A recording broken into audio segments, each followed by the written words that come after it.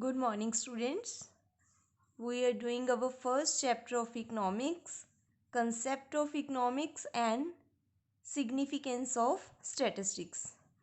Today, we do its last topic, that is functions and importance of statistics.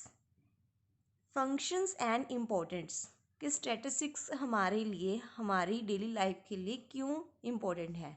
First point is quantitative expression of economic problems. Second, intersectoral and intertemporal comparisons.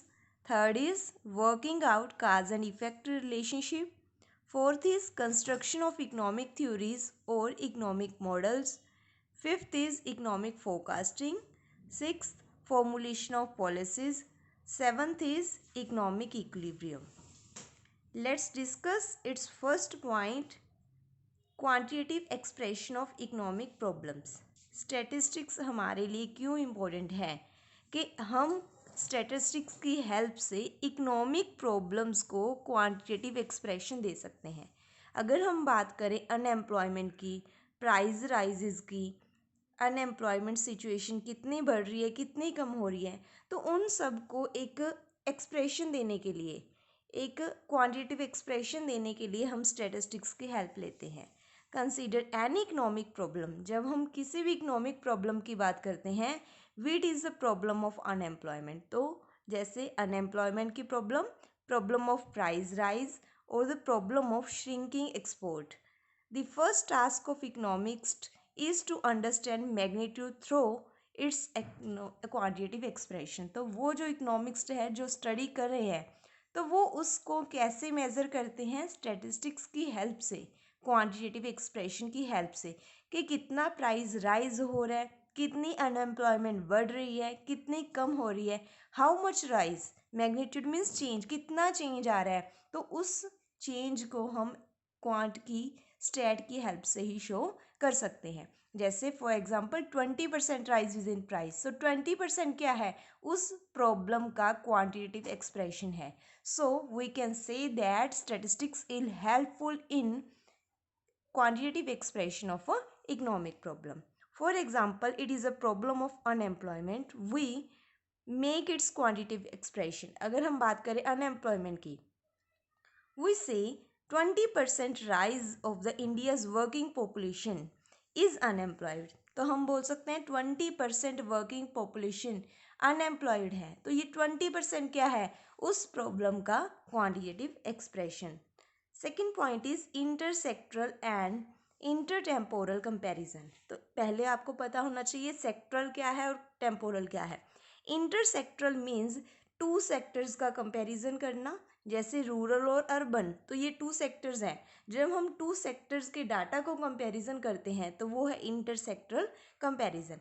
इंटरटेम्पोरल, जब हम two times, two years, two dates को compare करते हैं तो वो है intertemporal. Means time base पे compare करना, वो है इंटर टेम्पोरल कंपेरिजन. अब firstly intersectoral. Economics do not stop namely at the quantitative expression of the problem. They would try to further comprehend through the intersectoral and intertemporal comparison. From intersectoral comparison, we mean comparison across different sectors of economy. Intersectoral का मतलब है different sectors को compare करना. जैसे मैंने बताया urban और rural, तो इन दोनों को कंपेयर करना.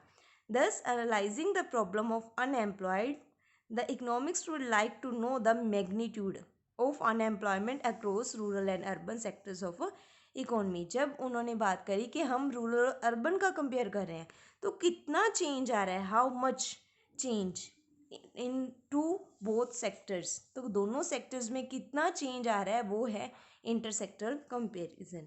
दे would like to know what percent of rural population is unemployed. कितनी रूरल अनएम्प्लॉयड है कंपेयर टू अर्बन. तो कंपेरिजन करना ही क्या है? स्टैटिस्टिक्स है. तो स्टैटिस्टिक्स हमारी हेल्प करता है कंपैरिजन करने में.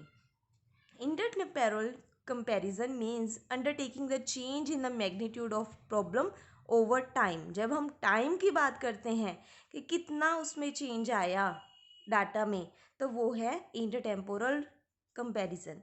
This would mean taking a comparison over different plan periods of rural and urban. तो रूरल एंड अर्बन में मान लो 2006 में कितना था, 8 में कितना है, तो दो पीरियड्स को कंपेयर करना, तो इसमें हमारी स्टैटिस्टिक्स बहुत मदद करता है। तो ये है second point. Third is working out cause and effect relationship. Working out cause and effect relationship, पहले हम डाटा को कलेक्ट करते हैं। हमने स्टेज में पढ़ा था, फर्स्ट स्टेज है हमारी कलेक्शन ऑफ डाटा। तो हम क्या करते हैं, पहले अपने डाटा को, रो डाटा को कलेक्ट करते हैं, ऑर्गेनाइज करते हैं, प्रेजेंटेशन करते हैं, एनालिसिस करते हैं एंड इंटरप्रिटेशन करते हैं। तो ये 5 स्टेजेस होती हैं स्टैटिस्टिकल स्टडी की। तो हमने पढ़ा था कि फर्स्ट में जब हमने डाटा कोलेक्ट कर लिया, कोलेक्ट करके हम उस डाटा को लास्ट पे एनालिसिस करते हैं कि कितना चेंज क्यों आया, उसके रीजंस क्या हैं। तो वो सारे रीजंस, काज क्या है, उन सभी को हमारी फाइंड करने में हेल्प करता है statistics, numerical data. Economics try to find out cause and effect relationship, कि अगर कोई प्रॉब्लम है, जैसे अनएम्प्लॉयमेंट की प्रॉब्लम है, तो क्यों है और उसका क्या इफेक्ट है और उसको कैसे सोल्व किया जा सकता है। For example, unemployment rises from 20 to 30%। पहले अनएम्प्लॉयड लोग थे 20%, अब 30 हो गई। तो उसका रीज़न क्या है, काज क्या है, और उसको हम सॉल्व कैसे करते हैं। तो ये क्वांटिटेटिव इन्फॉर्मेशन जो 20% है, ये हमारी बहुत ही हेल्प करता है। Economics try to find out cause and effect relationship between different sets of data. This enables them to attempt an effective diagnosis of the problem. तो उससे हम एक प्रॉब्लम को अच्छे से डायग्नोज कर सकते हैं and suggest some effective remedies, और उस प्रॉब्लम को कैसे सॉल्व करना है, तो उसके लिए हम रेमेडीज भी फाइंड कर सकते हैं। Fourth point is construction of economic theories और इकोनॉमिक मॉडल्स। क्वांटिटेटिव डाटा की हेल्प से हम डिफरेंट थ्योरीज और मॉडल्स बना सकते हैं। What is economic theory? It is an established statistical relationship between different sets of data. तो जब हम दो डिफरेंट सेट्स ऑफ डाटा को कंपेयर करते हैं या रिलेट करते हैं या रिलेशन निकालते हैं, तो वो है economic theory. The well known inverse relationship between price of the commodity and demand. तो ये आपको चैप्टर भी आएगा नेक्स्ट, 3rd 4th चैप्टर होता है थ्योरी ऑफ डिमांड। तो उसमें हम ये पढ़ते हैं कि जब किसी प्रोडक्ट का प्राइस इंक्रीज होता है तो उसकी डिमांड डिक्रीज होती है। हम अपनी कॉमन डेली रूटीन लाइफ में भी देखते हैं कि अगर किसी गुड का प्राइस बढ़ जाता है तो उसकी डिमांड कम हो जाती है, और अगर प्राइस कम हो जाता है तो डिमांड उसकी इंक्रीज हो जाती है। तो ये क्या है, दोनों के बीच इन्वर्स रिलेशन है। तो ये क्या है, थ्योरी। तो स्टैटिस्टिक्स जो न्यूमेरिकल डाटा है वो इन थ्योरीज को कंस्ट्रक्ट करने में हमारी हेल्प करता है। It is the construction of theoretical relationship between without statistical experiment. Statistical experiment के बिना ये थ्योरीज को बनाना पॉसिबल नहीं है कि कितना प्राइस बढ़ने से कितनी डिमांड कम हो रही है। तो ये थ्योरीज स्टैटिकल डाटा की बेस पे ही बनते हैं। Fifth point is economic forecasting. Forecasting का मतलब कोई प्रेडिक्शन करना नहीं है, भविष्यवाणी नहीं करना है। ये हम ट्रेंड एनालिसिस करते हैं। फॉर एग्जांपल 2006 में भी प्राइजेस बढ़े, ठीक है, 7 में भी बढ़े, 8 में भी बढ़े, 9 में भी बढ़े, 10 में भी बढ़े। तो हमने ये फोरकास्ट किया, हमने ये एनालिसिस किया कि 11 में भी प्राइजेस इंक्रीज होंगे। तो ये है इकोनॉमिक फोरकास्टिंग। ये किस बेसिस पे होता है, क्वांटिटेटिव डाटा के बेस पे, कि 6 में 20% प्राइस बढ़े, 7 में भी बढ़े, 8 में भी बढ़े, 9 में भी बढ़े, 2010 में भी बढ़े, तो 2011 में भी प्राइजेस क्या होंगे, इंक्रीज होंगे। तो ये किस बेसिस पे पॉसिबल है, जब हमने स्टैटिकल स्टडी की है पहले अच्छे से, ये तभी पॉसिबल है। तो हम कह सकते हैं इकोनॉमिक फोरकास्टिंग में भी स्टैटिक्स हमारी हेल्प करता है। नेक्स्ट पॉइंट इज 6, एक फॉर्मुलेशन ऑफ पॉलिसीज। पॉलिसीज भी हमारी स्टैटिकल एनालिसिस के बेसिस पे ही बनती है। How does the finance minister decide to increase और decrease tax as a source of government revenue? तो अगर हम फाइनेंस मिनिस्टर की बात करें तो ये किस बेस पे डिसाइड करता है वो, कि टैक्स बढ़ाए या कम करे?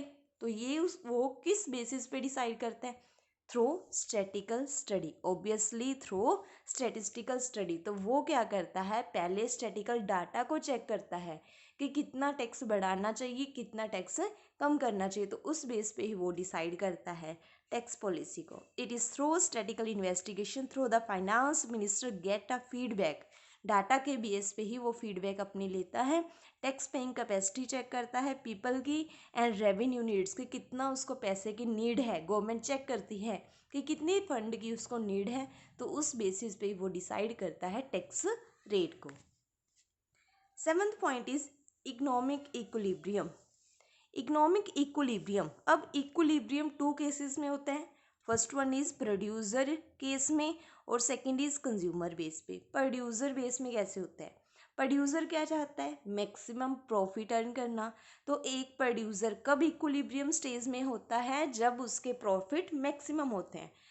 और कंज्यूमर कब? कंज्यूमर जब उसको मैक्सिमम सेटिस्फेक्शन मिले कि जितने पैसे उसने लगाए अगर उसको उतने में सेटिस्फेक्शन अर्न हो रही है, तो वो हम बोलेंगे वो पर्सन, वो कंज्यूमर इक्विलिब्रियम स्टेज पे है. What is economic equilibrium? It is a state of balance of producer and consumer. दोनों के बैलेंस को हम क्या बोलते हैं? Equilibrium stage. Where the producer find that his profit are maximum. Producer क्या चाहता है? प्रॉफिट मैक्सिमाइज करना. एंड द कंज्यूमर सेटिस्फेक्शन चाहता है कि उसको जितने पैसे लगाए उससे उसको मैक्सिमम सेटिस्फेक्शन अर्न हो. It is through the use of statistical method. तो ये कब पॉसिबल है? जब हम स्टैटिस्टिकल स्टडी करते हैं, स्टैटिकल मेथड को अप्लाई करते हैं. thus so much it is the significance of statistics of economics that Marshall, a great economist, Marshall जो है great economist है, had to conclude that statistics are the straw out of which like every the economics have to make bricks. तो इसके बिना कोई भी study possible नहीं है. स्टैट होना बहुत ज़रूरी है, जो कि इकोनॉमिक्स का बेस है. इसी बेसिस पे नेक्स्ट फर्दर चैप्टर्स प्रोसीड होंगे. तो आज का हमारा टॉपिक था functions and importance of statistics. Students, आपने ये फेयर नोटबुक पे राइट करना है और अच्छे से इसको लर्न करना है. If you have any doubt then you can call and contact me. Okay, thank you students.